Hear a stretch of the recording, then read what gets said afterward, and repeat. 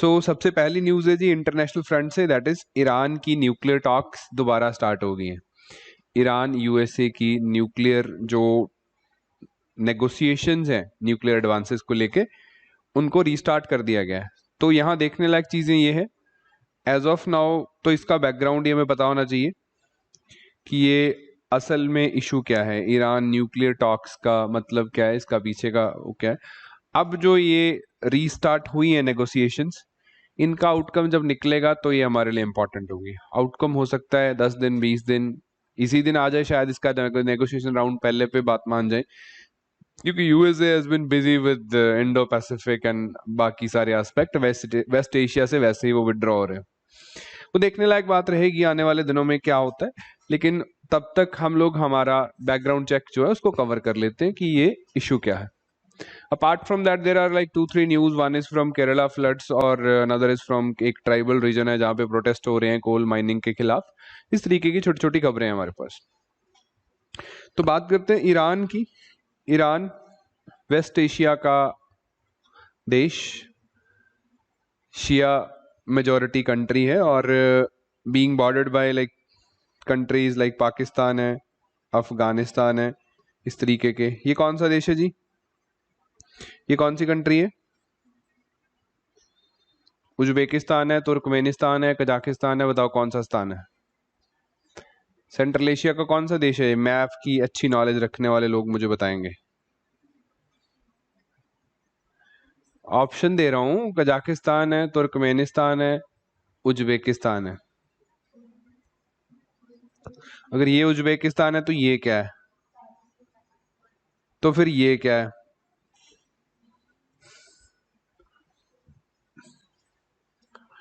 घोरे कंफ्यूज हो गए आप तो। कजाकिस्तान है, ठीक है मान लेता हूं। तो एनी विच वेज ठीक है, वो इशू नहीं है हमारा। वैसे बॉर्डरिंग कंट्रीज देख ली जाती हैं जो देश की हम बात कर रहे हो, जैसे लाइक अजरबैजान है या अर्मेनिया, इनको बॉर्डर करता है थोड़ा सा, इराक है, और बस यही यही बॉर्डरिंग कंट्रीज। टर्की है ना, सीरिया नहीं है, ये बात याद रखना, नॉर्मली लोग कंफ्यूज हो जाते हैं। अब इशू है इनके न्यूक्लियर वेपन की एडवांसमेंट का, कि ईरान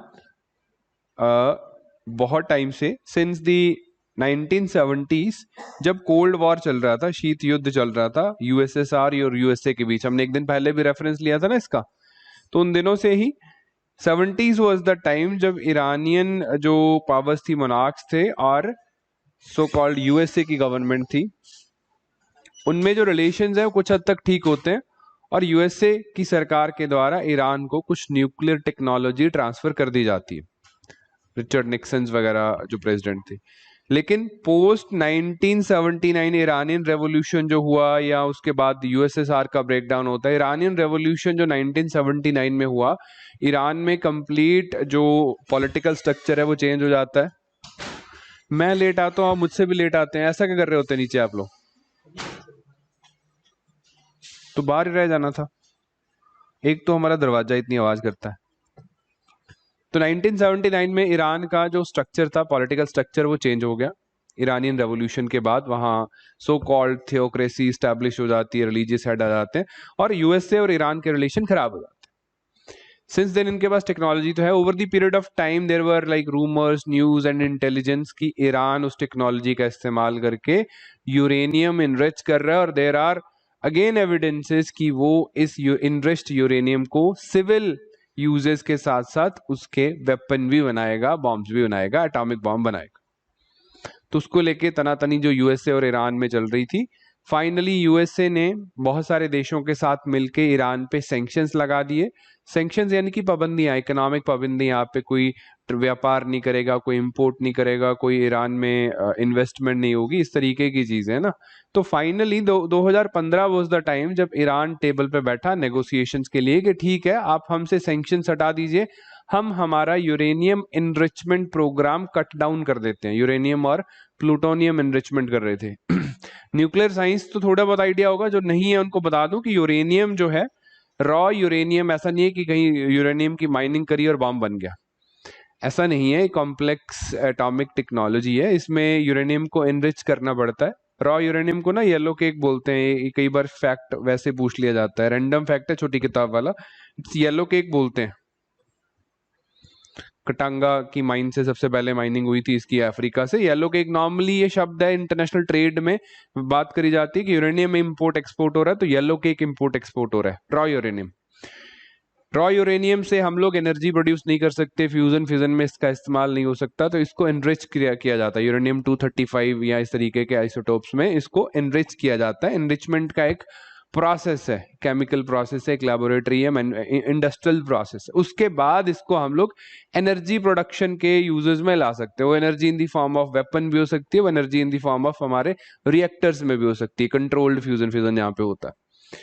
ठीक, तो अब इनका वो जो एनरिचमेंट प्रोग्राम था 2015 में ये एग्रीमेंट हुआ, जिसका नाम joint comprehensive plan of action बोल देते हैं, या इसको P5+1 भी बोल दिया जाता है, P5+1 डील भी बोल दी जाती है। तो ये करीब 8 लोग जो खड़े दिख रहे हैं, 2015 की बात है, जब इन्होंने ईरान को मनाया कि ठीक है बस करो, आप अपना न्यूक्लियर फ्यूल के लिए इसको रखिए, एनर्जी पर्पजेस, सिविल यूजेस के लिए न्यूक्लियर टेक्नोलॉजी का इस्तेमाल करिए, वेपन आप नहीं बनाएंगे, इसकी एश्योरेंस भी देंगे, इसकी मॉनिटरिंग भी हम लोग करेंगे। ये आप बात मान लीजिए। तो बाकी जो आप पे पाबंदियां लगाई गई हैं, सैंक्शंस लगाई गई हैं कि आपका कोई ऑयल नहीं खरीदेगा, आपसे कोई बाकी चीजें इंपोर्ट नहीं होंगी, आप पे इन्वेस्टमेंट की पाबंदियां हैं, वो सारी हटा दी जाएंगी। तो जो इकोनॉमिक प्रॉस्पेरिटी रुकी हुई है ईरान की, वो स्टार्ट हो जाएगी। ये 2015 की बात थी।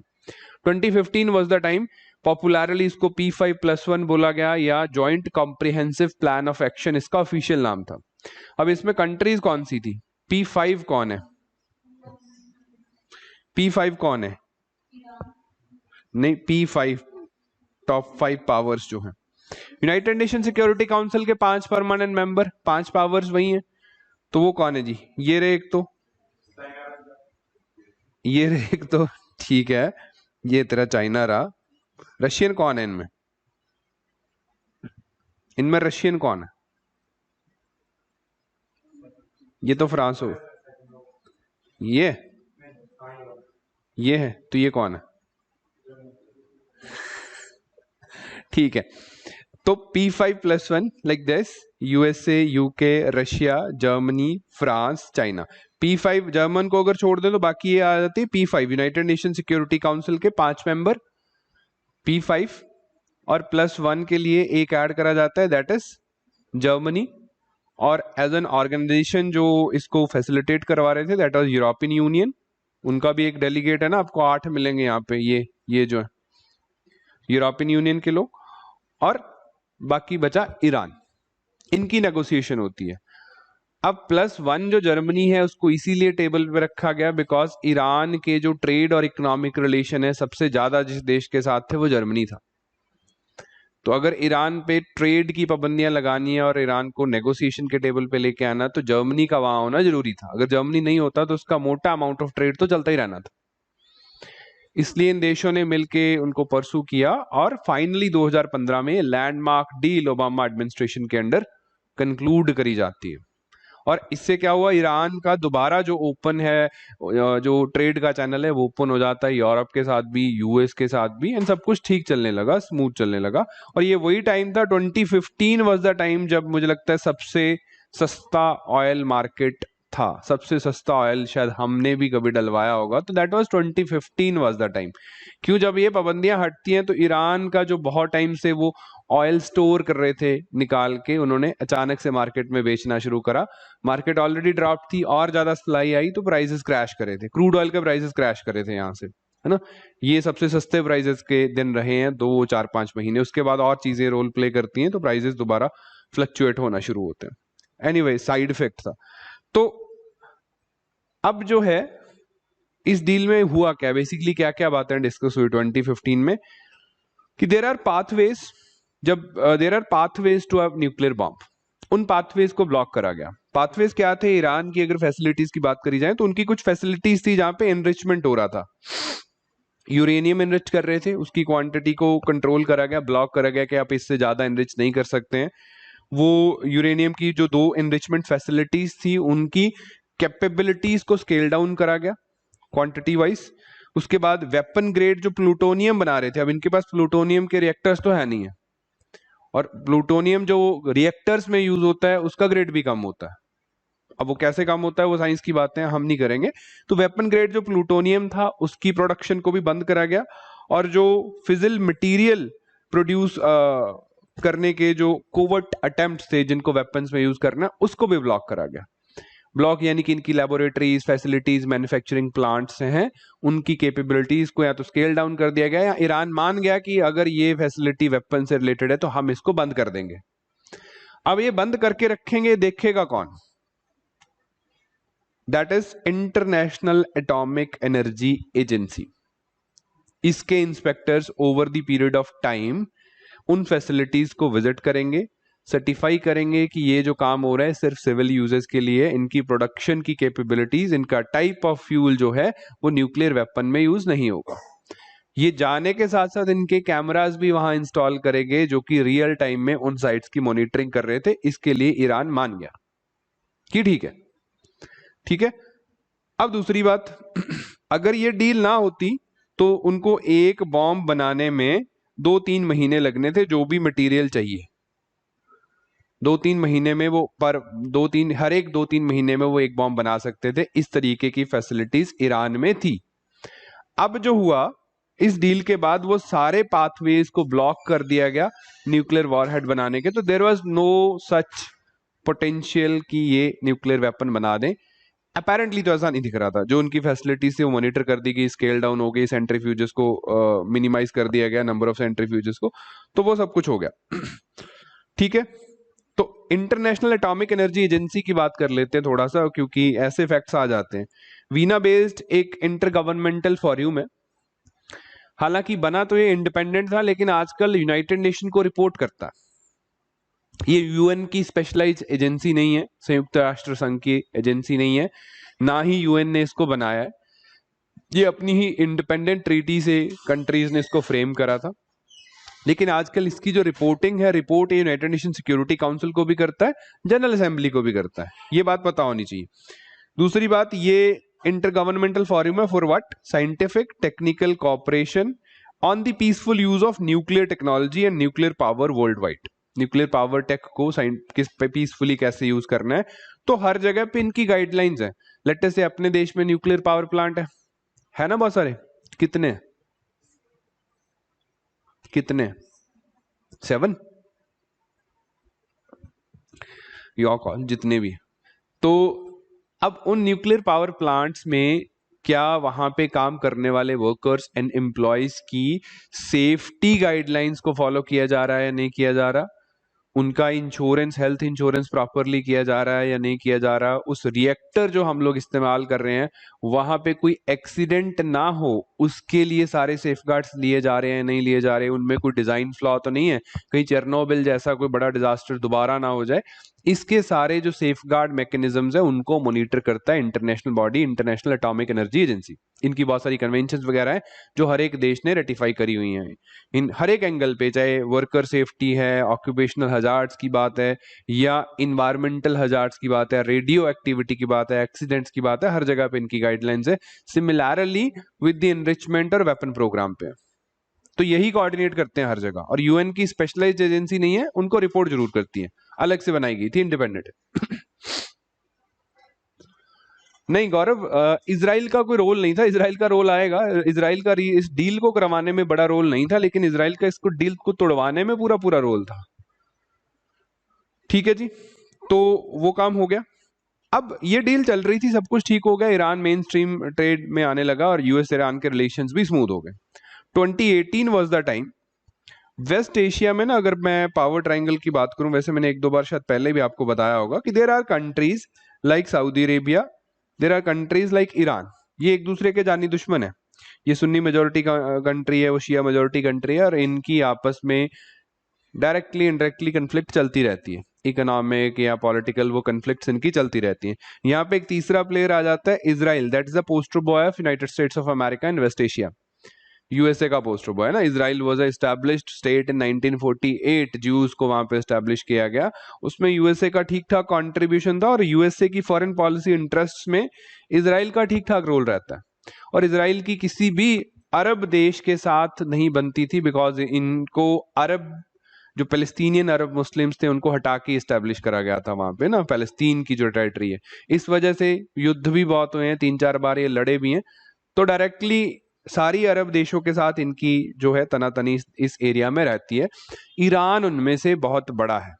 सऊदी अरेबिया हालांकि कूल डाउन हो चुका है। ईरान जो है मेजर कंटेंडर है इजराइल का इस एरिया में एज ऑफ नाउ, है ना। अब यूएसए की अच्छी दोस्ती है इजराइल के साथ, ईरान इजराइल का दुश्मन है, राइट। तो अब 2018 में क्या हुआ, इजराइल के जो प्राइम मिनिस्टर थे बेंजामिन नेतन्याहू, अब तो इनको हटा दिया गया शायद करप्शन के चार्जेस पे, वहां चेंज हो गए। तो 2018 में ये भी आए ऐसी एक पीपीटी लेके, ये जो दिख रहा है, और इन्होंने दिखाया कि ये जो 2015 में डील हुई थी ईरान उसका पालन नहीं कर रहा। हमारे सैटेलाइट्स ने देख लिया है कि ईरान न्यूक्लियर वेपन डेवलप कर रहा है, डिस्पाइट इन्होंने joint comprehensive plan of action के अंदर अपनी सैंक्शंस को हटवा लिए, कि इनका सीक्रेट न्यूक्लियर मिसाइल्स जो है वो बन रही हैं। वो काफी धुंधली धुंधली सी फोटोज दिखा के इन्होंने ऐसे ऐसे मार्क करके दिखाया कि ये देखो मिसाइल है, ये देखो ऐसा इनरिचमेंट फैसिलिटी है जो अपनी फुल कैपेसिटी पे चल रही है, हालांकि कुछ क्लियर नहीं दिख रहा था उसमें। ये वीडियो भी पड़ा है उनका। फॉलोइंग नेक्स्ट डे, इसके बाद इनकी किसी इसी बाकी जो P5+1 थे उनमें से P4+1 ने इनको सीरियसली नहीं लिया कि जो भी हो रहा ठीक है। लेकिन जो एक पावर है that is US, Donald Trump president थे अमेरिका के, वो अपने ऐसे डिसीजन के लिए वैसे भी जाने जाते हैं। वो सुबह उठे, उन्होंने देखा कि पीपीटी आई हुई है जैसे आपके ग्रुप में आती है, तो बोले ठीक है, बेंजामिन नेतन्याहू कह रहे हैं तो ठीक ही होगा, हम नहीं, we are walking out of this deal without considering rest of the 5 powers. USA walked out of this joint comprehensive plan of action in 2018, next day of this PPT वाला fiasco. तो ईरानियन बोले ठीक है, पहले तो नहीं बना रहे थे लेकिन अब बनाएंगे। ठीक है, ईरान ओपनली डिक्लेयर्ड कि अब इल्जाम तो लग ही गया है सनम, तो हम तो बनाएंगे। अब पता नहीं इसमें क्या था या उनके बनने में, हमें नहीं पता, भी हम जांच करने वाले लोग नहीं, हम तो पढ़ने पढ़ाने वाले लोग हैं ना। तो लेकिन उसके बाद वो जो डिबेट था वो बहुत एस्केलेट हो गया, डील ब्रेकडाउन हो जाती है। अमेरिका ने सैंक्शन स्लैप कर दिए ईरान पे, और ये भी बोला कि अमेरिका और उसके मित्र देश ईरान से कोई संबंध नहीं रखेंगे, अगर रखेंगे तो फिर अमेरिका उसका दुश्मन है। एक्सेप्शन दे दी हमें कि इंडिया चलो आपके बहुत पुराने कल्चरल रिलेशन है, आप रख लीजिए 6-8 महीने के लिए, लेकिन कट डाउन करिए। वही रीजन है कि इंडिया ईरान का जो ऑयल का ट्रेड है वो कम हो गया, हमारा वेजिटेबल्स का ट्रेड जो हम लोग बेचते थे, बहुत सारी चीजें, वो ट्रेड धीरे धीरे करता करता स्केल डाउन कर लिया हमने, इसी डर से, क्योंकि यूएसए के साथ तो हम बहुत अच्छी पार्टनरशिप में जा चुके हैं डिफेंस वाली में। तो अगर यूएसए नाराज हो गया तो दिक्कत हो जाएगी, क्योंकि अब हम मेन थिएटर्स में आ गए इंडो पैसिफिक में। तो ईरान के साथ धीरे धीरे हमने हमारे ट्रेड पार्टनरशिप्स को जीरो नहीं किया, लेकिन स्केल डाउन कर दिया, काफी हद तक स्केल डाउन कर दिया। अपनी वो बास्केट जहां जैसे हम लोग गैस परचेज करते हैं, ऑयल परचेज करते हैं, बाकी सारी आइटम्स है, उनकी बास्केट्स को डाइवर्सिफाई कर लिया, कम कर दिया, यूएसए से भी खरीदना शुरू कर दिया, अफ्रीकन कंट्रीज में भी चले गए। तो वो इसी का इम्पैक्ट हुआ था उस टाइम ना। अगर यूएसए ईरान के रिलेशन खराब होते हैं तो इंडिया बड़े वो टाइट रोप पे आ जाता है, हमें वो बैलेंस करना बड़ा मुश्किल हो जाता है, क्योंकि हमें ईरान भी जरूरी है, हमें यूएसए भी जरूरी है हर एक सेंस में। तो ये हो गया। अब इन द मीनवाइल जो ओवरऑल एस्पेक्ट्स थे इस रिलेशन के वो इसी तरीके से चले। ईरान और यूएसए के रिलेशंस बिगड़ गए, और भी ज्यादा बिगड़ गए, जब इन्होंने ईरानियन रेवोल्यूशनरी गार्ड कॉर्प्स, उनका एक एक्सटर्नल विंग है, जैसे हमारे देश में रॉ है ना, हमारी एक्सटर्नल इंटेलिजेंस एजेंसी है, ईरान में ना कुद्स है, कुद्स फोर्स करके बोलते हैं वो। जैसे ईरानियन रेवोल्यूशनरी गार्ड कॉर्प उनकी फेडरल फोर्स है, उनका एक इंटेलिजेंस विंग है कुद्स फोर्स। उनके फाउंडर जनरल थे जनरल सुलेमानी, उनको असैसिनेट कर दिया गया जब वो इराक में कहीं मूव कर रहे थे अमेरिकन ड्रोन हमले के द्वारा, और ओपनली अमेरिका ने बोला कि हमने मारा, कर लो जो होता, राइट। उसके बाद टेंशंस और ज्यादा हाइप हो जाती हैं। Following a few weeks, a few months, थोड़ी बहुत मिसाइल्स वगैरह भी फायर होती हैं, पर्शियन गल्फ के एरिया में कन्फ्रंट्रेशंस देखने को मिली, लेकिन बहुत बड़ा युद्ध होने से यहाँ टल गया, क्योंकि उसकी उम्मीद कम नहीं थी, बहुत सारे लोग इसमें इन्वॉल्व थे।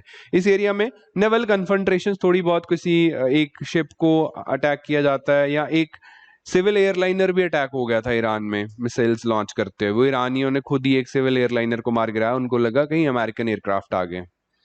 अमेरिका के पास है ना रैप्टर शैप्टर, पता नहीं लगता आ गए नहीं आए, तो इस चक्कर में वो कन्फ्लिक्ट्स हुई थी। फॉलोइंग दैट ईरान का जो सबसे टॉप मोस्ट साइंटिस्ट था जो इनका न्यूक्लियर प्रोग्राम रन कर रहा था, उसका असैसिनेशन हो जाता है। वो हॉलीवुड स्टाइल एक स्नाइपिंग इवेंट में उसको मार दिया जाता है, मूविंग कार में, पता नहीं लगा कैसे गोली मारी, किसने मारी, तो उसका असैसिनेशन होता है। फिर भी अमेरिका पे इल्जाम लगते हैं कि America is doing this and that, और फाइनली प्रेसिडेंट चेंज हो जाता है, पार्टी की आइडियोलॉजी चेंज होती है। अब अमेरिका के सामने जो चैलेंज है वो उससे भी बड़े चैलेंज है, that is China and Russia का जो कॉन्ग्लोमरेशन है यूराशिया और इंडो पैसिफिक में। Right now they are trying कि हम वेस्ट एशिया से अपने हाथ थोड़े से झाड़ लें। तो उस सेंस में दोबारा वीना में न्यूक्लियर टॉक्स को रीस्टार्ट करा गया है। ये टॉक्स ना सबसे पहले कतर ने करवाई थी। कतर ही एक ऐसा देश है जो थोड़ा सा प्रो ईरान दिखता है, या अमेरिका का भी दोस्त है, ईरान का भी दोस्त है, दोनों को बिठा के समझा सकता है। कतर ही एक ऐसा देश है जो सऊदी अरेबिया के भी खिलाफ है पूरे पर्शियन गल्फ में, अगर आप देखोगे, है ना। तो कतर ने इस नेगोशिएशन को स्टार्ट करवाया था, राउंड ऑफ नेगोशिएशन को। अब वीना जो कि ऑस्ट्रिया की कैपिटल है, जहां पे इंटरनेशनल एटॉमिक एनर्जी एजेंसी का हेडक्वार्टर भी है, वहां पे नेगोशिएशंस का राउंड चल रहा है। उम्मीद है कि ये सक्सेसफुल रहेगा, ईरान पे दोबारा से वो सैंक्शंस लगी हैं हट जाएंगी, इसका इंडिया को बहुत ज्यादा लाभ होने वाला है।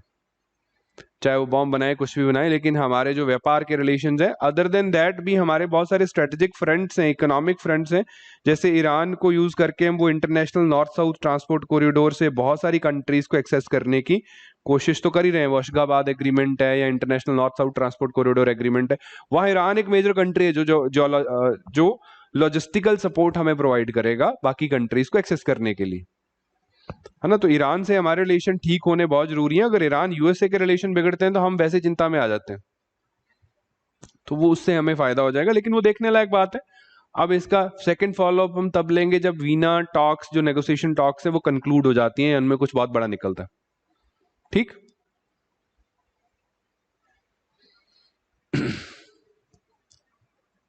अब आगे चलते हैं जी। नेक्स्ट है पीआईबी से न्यूज है, हालांकि इंडियन एक्सप्रेस या द हिंदू में न्यूज नहीं आई, पीआईबी में आई, और बहुत कम होता है कि कोई इंपॉर्टेंट न्यूज हो पीआईबी कवर कर दे और हिंदू और इंडियन एक्सप्रेस करे ना। ये कर देंगे कभी शनिवार संडे को कहीं ना कहीं डाल देंगे फिलर।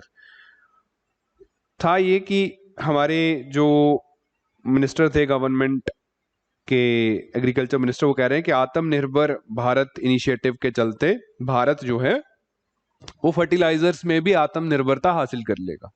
हम इंपोर्ट्स पे बहुत डिपेंडेंट है। जब फर्टिलाइजर की बात आती है तो इंपोर्ट्स पे बड़ी amount of economy, agriculture economy है जो इंपोर्ट डिपेंडेंट है, और उनमें सबसे बड़ा कंपोनेंट फर्टिलाइजर्स का आता है। तो फर्टिलाइजर्स में हम बात कर रहे हैं डाई अमोनियम फॉस्फेट की, डीएपी, डाई अमोनियम फॉस्फेट की। इसमें इंडिया आत्मनिर्भर हो जाएगा, कैसे होगा उसकी बात करेगी। तो वहां पे कुछ कंट्री न्यूज में है, या ये हमें थोड़ा सा देखना है। डाई अमोनियम फॉस्फेट क्या है? भारत में second most usually commonly used fertiliser है आफ्टर, पहला कौन सा है? पहला यूरिया है। 3 तरीके के फर्टिलाइजर ज्यादातर हम यूज करते हैं, नाइट्रोजन बेस्ड, ये फॉस्फेट बेस्ड और पोटाश बेस्ड, एनपीके बोलते हैं हम लोग इनका। ये इस पे इसका सबसे बड़ा कंपोनेंट यूरिया एटसेट्रा आ जाता है। इसका ये डीएपी आ गया, इसका ये म्यूरिनेट्स ऑफ पोटाश बोलते हैं ये लोग, एमओपी आ गया, है ना। 3 ही वाइडली यूज्ड, मतलब ब्रॉड टाइप्स ऑफ फर्टिलाइजर्स हैं जो हम एग्रीकल्चर यूज करता है। तो ये नंबर 1 पे सबसे बड़ा इस्तेमाल इसका होता है, उससे कम इसका, उससे कम इसका, ऐसे। अब कैसे करते हैं उसकी बात करेंगे। अब डाई अमोनियम जो फॉस्फेट है, फॉस्फोरस से रिलेटेड जो बाकी माइक्रो न्यूट्रिएंट्स हैं क्रॉप्स को, इससे मिलते हैं। अब इंडिया अगर इकोनॉमिकली बात करें तो फर्टिलाइजर इंडस्ट्री पे हमारा एग्रीकल्चर सेक्टर टिका हुआ है। इनपुट्स वाइज फर्टिलाइजर इंडस्ट्री है, यहाँ हमारे पास हाई यील्डिंग वैरायटी के सीड्स हैं।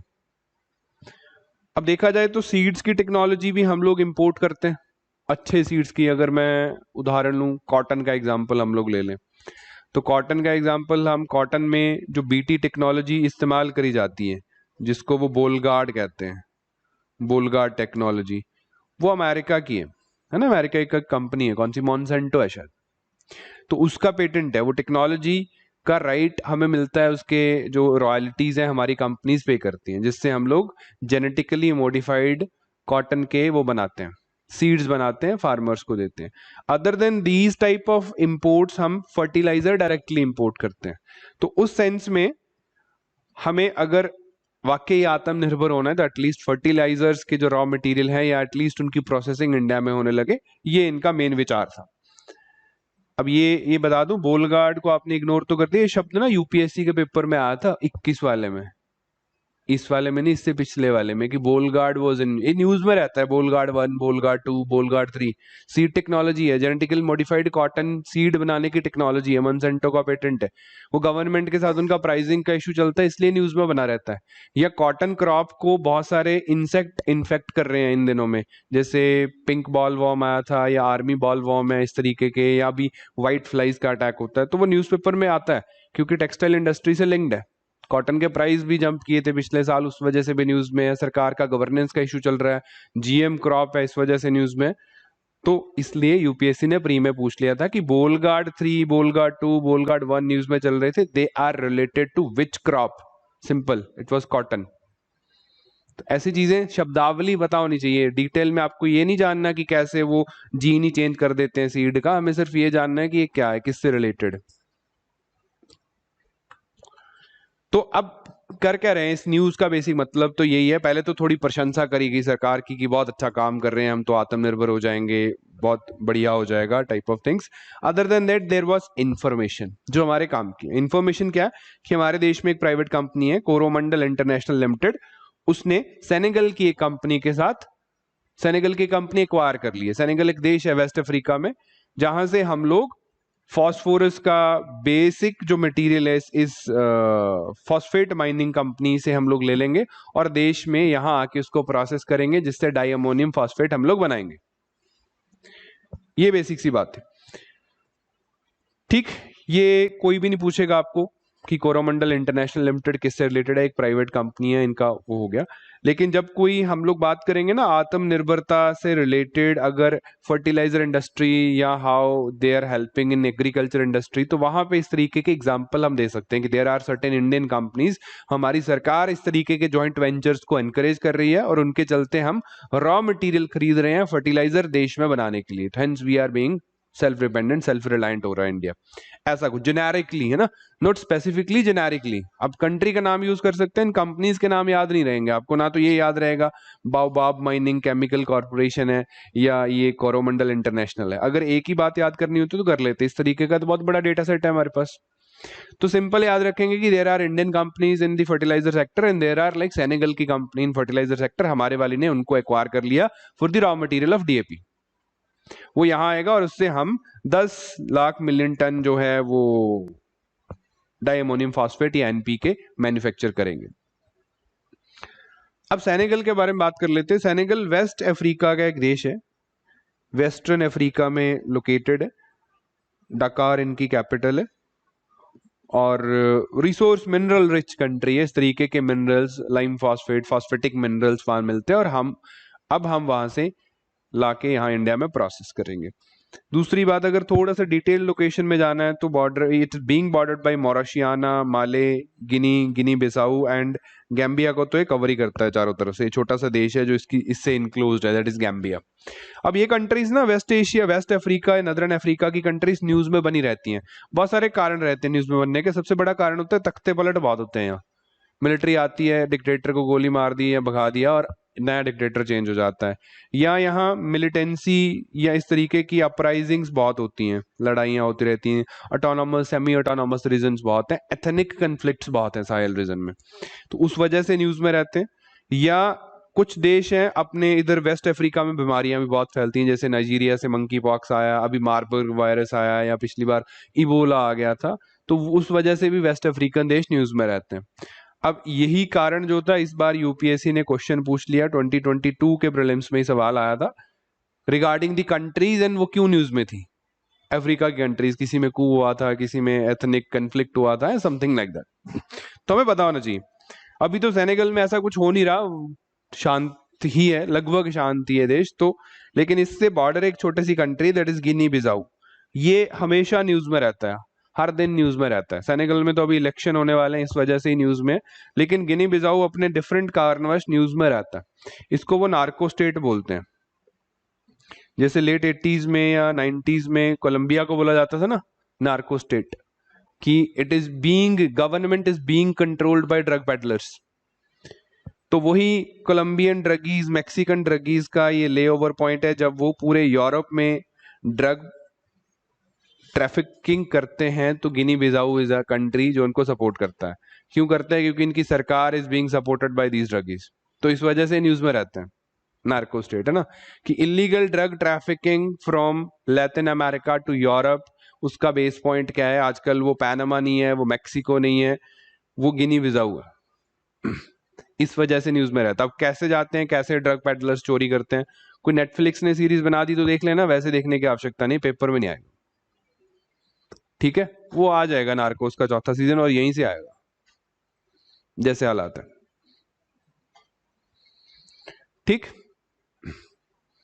अब इसके अलावा आत्मनिर्भरता के लिए हम क्या कर रहे हैं? हमारा department of mining and geological survey of India, उन्होंने एक्सप्लोरेशन को एक्सपेडिट करने का प्लान बनाया है। देर आर चांसेस कि राजस्थान के कुछ एरियाज हैं, सतपुड़ा, भारासुरी, लखासड़ जैसे एरियाज हैं जहां पे हो सकता है कि हमें फॉस्फेटिक या पोटाश के कुछ मिनरल्स अवेलेबल मिले, रॉ मटेरियल मिल जाए, उसकी माइनिंग हम यहां भी स्टार्ट कर सकें।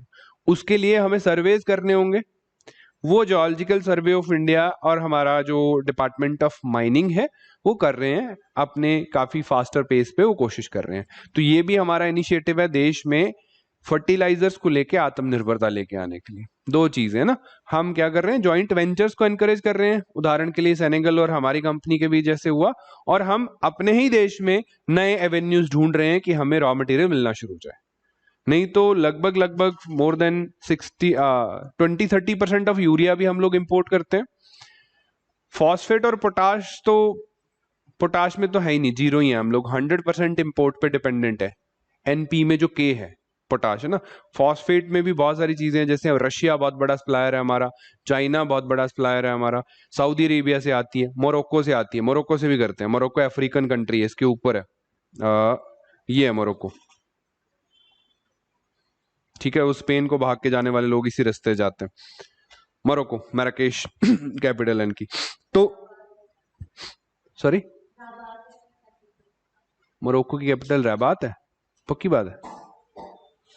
पता नहीं, हो भी सकती है, माय बैड। आपके कॉन्फिडेंस से लग रहा है सच्ची होगी। मैराकेश इंपॉर्टेंट सिटी होगी यहाँ के, मतलब सिटी है, कैसाब्लैंका, मैराकेश, रबात इंपॉर्टेंट सिटीज हैं इनकी। तो मोरक्को से इंपोर्ट करते हैं हम लोग डीएपी की, आज की अगर बात करूं, चाइना से इंपोर्ट करते हैं, रशिया से इंपोर्ट करते हैं, इवन यूक्रेन वॉर के चलते भी हमने रशिया पे, सैंक्शंस के चलते भी डीएपी जो है वो रशिया से आया। चाइनीज कंपनीज देती हैं, सऊदी अरेबियन कंपनीज भी देती हैं, और मोरक्कन कंपनीज भी हमें एक्सपोर्ट करती हैं। प्रोसेस्ड डीएपी आता है, हम रॉ नहीं लेते हैं। अब जो आके वो रॉ प्रोसेसिंग हमने स्टार्ट करी है। ठीक, तो एनपीके का वो देख लीजिएगा, नाइट्रोजन, फास्फोरस, पोटास बेस्ड जो फर्टिलाइजर्स हैं, उनका जो डिजायरेबल रेशियो है कि क्रॉप में कितना यूज करना है, 4:1 का रेशियो होता है। सबसे ज्यादा एन के, फिर पी के, फिर के, 4:1 का रेशियो है। लेकिन अगर आप country wise specifically north India की बात करेंगे, पंजाब, हरियाणा, यूपी, एमपी, तो वहां पे रेशियो इतना है 31:8:1। ये बहुत ही मतलब बिजार रेशियो है। हमारे फार्मर्स जिस तरीके से फर्टिलाइजर्स का इस्तेमाल करते हैं, क्यों? मैक्सिमम जो ओवर यूजेस किया जा रहा है, किसका किया जा रहा है? यूरिया फर्टिलाइजर का। उसके बहुत सारे कारण हैं, एक तो जनरल टेंडेंसी भी है, दूसरा वो सस्ता है। इन तीनों के अगर मैं प्राइस को कंपेयर करूंगा, सबसे सस्ता यूरिया ही है, अवेलेबिलिटी ज्यादा है, सबसे ज्यादा सब्सिडी भी हम लोग यूरिया पे ही दे रहे हैं। जैसे यूरिया का नॉर्मल मार्केट का प्राइस 1,1200 रुपए पर बैग होगा, तो वो फार्मर्स को 300-400 रुपए पर बैग मिलती है। हालांकि इस सब्सिडी स्ट्रक्चर को रेशनलाइज करने के लिए गवर्नमेंट ने काफी काम किया। नीम कोटेड यूरिया का भी शुरुआत करी जाती है, न्यूट्रिएंट बेस्ड सब्सिडी स्कीम्स आती हैं, रेशनलाइज्ड न्यू प्राइसिंग सिस्टम्स आते हैं, कंट्रोल्ड प्राइसिंग मैकेनिज्म्स को थोड़ा लिबरलाइज करा जाता है। फार्मर्स को डायरेक्ट बेनिफिट ट्रांसफर से सब्सिडी देने की बात करी जाती है कि धीरे धीरे इनको यूरिया से हटा के इनका एक बैलेंस्ड इस्तेमाल हम लोग स्टार्ट करें। और बाकी दो के प्राइस को कम करने के लिए हम अब इनमें आत्मनिर्भरता लाने की कोशिश कर ही रहे हैं एज वी स्पीक। ठीक, तो जो बातें आई ना, जैसे वैसे पढ़ेंगे आप एग्रीकल्चर के चैप्टर में ना, जैसे नीम कोटेड यूरिया, मैंने बोला नीम कोटेड यूरिया 2015 में 2014-15 की स्कीम है, और 2015 में यूपीएससी ने इसको पूछा, उसके बाद भी एक दो बार आया पेपर में, मेंस में भी आया, प्री में भी आया, है ना। न्यूट्रिएंट बेस्ड सब्सिडीज की जो एनबीएस की बात करते हैं, ये भी पेपर में आ चुका है। इसकी एग्रीकल्चर में फर्टिलाइजर की प्राइसिंग कैसे काम करती है, ये 2020 का क्वेश्चन है। तो एग्रीकल्चर में फर्टिलाइजर हमेशा ही हॉट टॉपिक रहा है, क्योंकि की कंपोनेंट है, एग्रीकल्चर देश का की कंपोनेंट है, और फर्टिलाइजर सेक्टर एग्रीकल्चर का की कंपोनेंट है। और आजकल वैसे भी यूपीएससी और स्टेट कमीशन को प्यार हो चुका है एग्रीकल्चर से, क्वेश्चन पूछे जा रहे हैं। तो इस तरीके की चीजें जो है वो आती हैं पेपर में। अब हम अगले टॉपिक पे चलते हैं, दैट इज एक प्रोटेस्ट हो रहा है, हसदेव अरैन प्रोटेस्ट इसको बोला जा रहा है, छत्तीसगढ़ के एक एरिया में ये प्रोटेस्ट हो रहा है। अब हमें दो तीन चीजें बेसिकली यहाँ पे देखनी है। छत्तीसगढ़ की सरकार ने उनकी अपनी लेजिस्लेटिव असेंबली में एक प्राइवेट मेंबर रेजोल्यूशन पास कर दिया, हुआ क्या है ये देखना है। तो पहले एरिया देख लेते हैं। छत्तीसगढ़ में नदरन पार्ट का एरिया है, this is like Hasdeo Aran. Aran basically उनकी लोकल लैंग्वेज में जंगल को, फॉरेस्ट को कहते हैं, है ना। हसदेव फॉरेस्ट है। हसदेव एक रिवर है जो इस एरिया की मेजर रिवर, जिसका नाम, सॉरी गलत बन गई, ऐसे है, महानदी। ये महानदी बेसिन है। वैसे महानदी की 5-6 ट्रिब्यूटरीज हैं। महानदी रिवर की ट्रिब्यूटरीज कौन सी है मेन जी, याद नहीं करी किसी ने? अभी ज्योग्राफी पहुंचा नहीं होगा ना। ओंग, जोंग, तेलिन, माना, हसदियो, मंड, हसदेव, इस तरीके की ट्रिब्यूटरीज रिवर्स हैं, जो ट्रिब्यूटरी माने इसको पानी का वॉल्यूम लाके इसमें मिल जाती, सहायक नदियां। अब ये बात हो रही है हसदेव और मंड रिवर के आसपास का जो जंगल है उसकी। काफी बायोडाइवर्सिटी वाइज रिच एरिया है, एलिफेंट कॉरिडोर बनने जा रहा है, और भी बहुत सारे फ्लोरा एंड फना यहाँ फ्लॉरिश करते हैं। बहुत सारी कम्युनिटीज हैं, ट्राइबल कम्युनिटीज जो इस एरिया में रहती हैं। डेंस फॉरेस्ट है। लेकिन हमने पाया कि यहाँ नीचे कोल बेड भी है, कोल माइन किया जा सकता है, कोल रिसोर्स काफी है। लगभग 22-23 ब्लॉक्स हमने फाइंड आउट किए हैं जहां पे कोल की माइनिंग हो सकती है। अर्लियर मिनिस्ट्री ऑफ एनवायरनमेंट ने बोला कि ये एरिया बहुत बायोलॉजिकली सेंसिटिव है, ऐसा हम लोग नहीं करेंगे। लेकिन लेटर ईयर्स में उस नोटिफिकेशन को विड्रॉ करके गवर्नमेंट ने अलाउ कर दिया, बहुत सारे ब्लॉक्स को एलोकेट करना शुरू कर दिया कोल माइनिंग कंपनीज को और पावर कंपनीज को। पावर कंपनीज खुद कोल माइन करती है ना, बहुत सारे जो पावर, स्टेट पावर कॉर्पोरेशन है या जो थर्मल पावर कॉर्पोरेशन है वो। तो उसके खिलाफ इस एरिया की ट्राइबल कम्युनिटी या छत्तीसगढ़ की सरकार जो है वो प्रोटेस्ट कर रही है कि यहाँ जो जंगल है वो डिस्ट्रॉय हो जाएगा, बायोडाइवर्सिटी डिस्ट्रक्शन होगा, और इस पे बेस्ड जो कम्युनिटीज है उनकी लाइवलीहुड का डिस्ट्रक्शन हो जाएगा। तो वो लोग नहीं चाहते कि वहां से इस जंगल को खत्म करके कोल माइनिंग स्टार्ट करी जाए, उसके लिए वो प्रोटेस्ट कर रहे हैं। एज ऑफ नाउ हमें जो देखना है वो कुछ बेसिक इन्फॉर्मेशन। एक तो ये दो रिवर्स की बात है, हसदेव रिवर, ये कहाँ पे फॉरेस्ट लोकेटेड है छत्तीसगढ़ में, और ये ट्राइबल, मेनली ये ट्राइबल कम्युनिटीज हैं जो प्रोटेस्ट कर रही हैं। कई बार ट्राइब से क्वेश्चन आ जाता है ना कि स्टेट में कौन सी ट्राइब है, तो हालांकि छत्तीसगढ़ में और भी ट्राइब्स हैं, लेकिन इस रीजन में प्राइमरली 3-4 ट्राइब्स पाई जाती हैं, दैट इज गोंड, ओरान, पेंडो और कांवड़। कांवर भी लिखा हुआ है कई जगह पे, कांवड़ या कांवर। ये ट्राइब्स हैं जो अपेरेंटली प्रोटेस्ट कर रहे हैं। अभी इनकी लेजिस्लेटिव असेंबली में भी एक मेंबर ने प्राइवेट मेंबर रेजोल्यूशन आगे चलाया था, वो भी असेंबली ने एनोनिमसली पास कर दिया है। यानी कि स्टेट की सरकार भी सेंट्रल गवर्नमेंट के इस डिसीजन के खिलाफ अपना डिस्प्लेजर दे रही है। ठीक, बस इतना सा अपडेट आपको चाहिए, बाकी आने वाले दिनों में देखते हैं क्या होता है।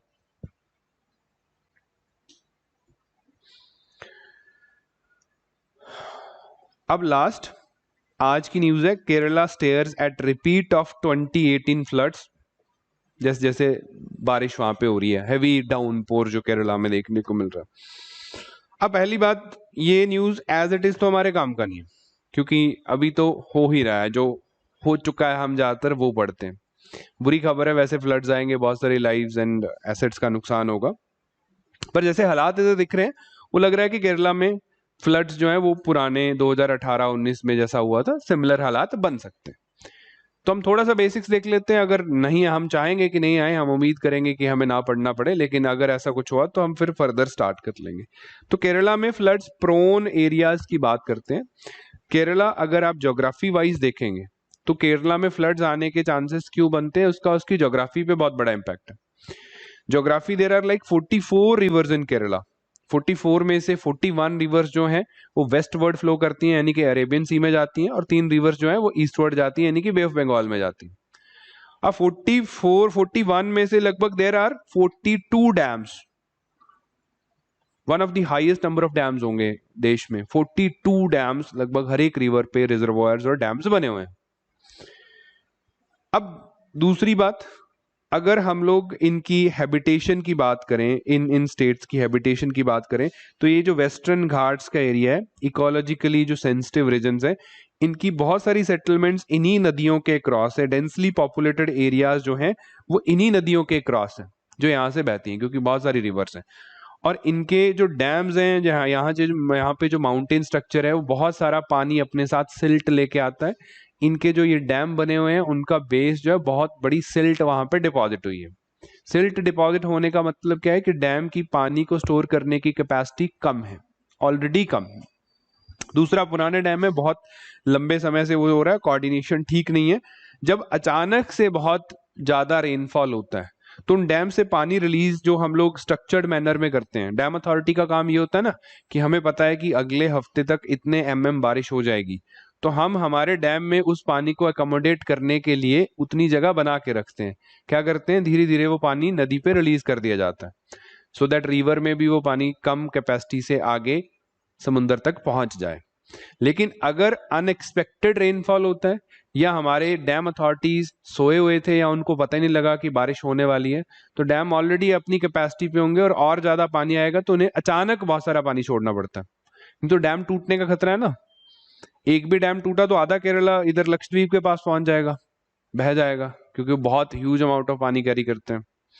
तो फिर उनको टूटने थोड़ी ना देंगे, उन डैम्स के सारे दरवाजे खोल दिए जाते हैं, जिस वजह से डाउनस्ट्रीम जो नदी है उसके आसपास फ्लड्स आते हैं। डैम मिसमैनेजमेंट एक बहुत बड़ा कारण रहता है फ्लड्स का। डैम्स बनाए भी इस वजह से गए थे कि फ्लड्स ना आए, लेकिन डैम मिसमैनेज होते हैं, उस वजह से भी फ्लड्स आते हैं। तो उस केस में अब केरला में अगर हम बात करें तो मल्टीपल डैम्स हैं जिनकी मैनेजमेंट सिल्टिंग वगैरह नहीं हुई है। There is a one biggest जो डैम है वो जो प्रॉब्लम देता है सबसे पहले स्टार्ट होती है, that is Mullaperiyar dam. ये 2 स्टेट्स की कोऑर्डिनेशन का मुद्दा है। ये अगर केरला की मैं मैप में आपको दिखाऊं तो समवेयर हेयर होगा, लाइक दिस एरिया है ना। यहाँ पे डैम लोकेटेड है पेरियार नदी पे, केरला की सबसे बड़ी नदी। पेम्पा, पेरियार, भरतपुजा, इस तरीके से इंपॉर्टेंट जो 2-3 नदियां, उनमें से one of the prominent is Periyar river. Periyar river पे डैम, मुल्ला पेरियार डैम। 100 साल पहले, लगभग 100 साल पहले इस डैम को लेके डील हुई थी तमिलनाडु के साथ कि इस डैम का जो कंट्रोल है वो तमिलनाडु के पास है, लीज पे है। क्यों है, क्योंकि तमिलनाडु का जो एरिया देखोगे ना आप, 2 रिवर्स आती हैं यहाँ प्रोमिनेंटली। एक जो रिवर आती है, दिस इज कावेरी, ऊपर से आएगी कर्नाटका से। तो नदरन part of Tamil Nadu is prosperous because of Kaveri का पानी आता है यहाँ। एग्रीकल्चर जो वो वाटर गजलिंग क्रॉप्स हैं, शुगर केन भी उगाते हैं, राइस भी लगाते हैं, उस वजह से होता है। लेकिन आप सदर्न डिस्ट्रिक्ट्स ऑफ तमिलनाडु में जाएंगे तो यहाँ कोई इस तरीके कावेरी जैसी नदी नहीं है। इरिगेशन के लिए, पीने के लिए पानी की जो अवेलेबिलिटी है यहाँ, वो कावेरी जैसे रिसोर्सेज अवेलेबल ही हैं। छोटी छोटी नदियां हैं वगैरह वगैरह, जो कि सिर्फ मानसून में पानी आता है, उसके बाद ये सूखी रहती हैं।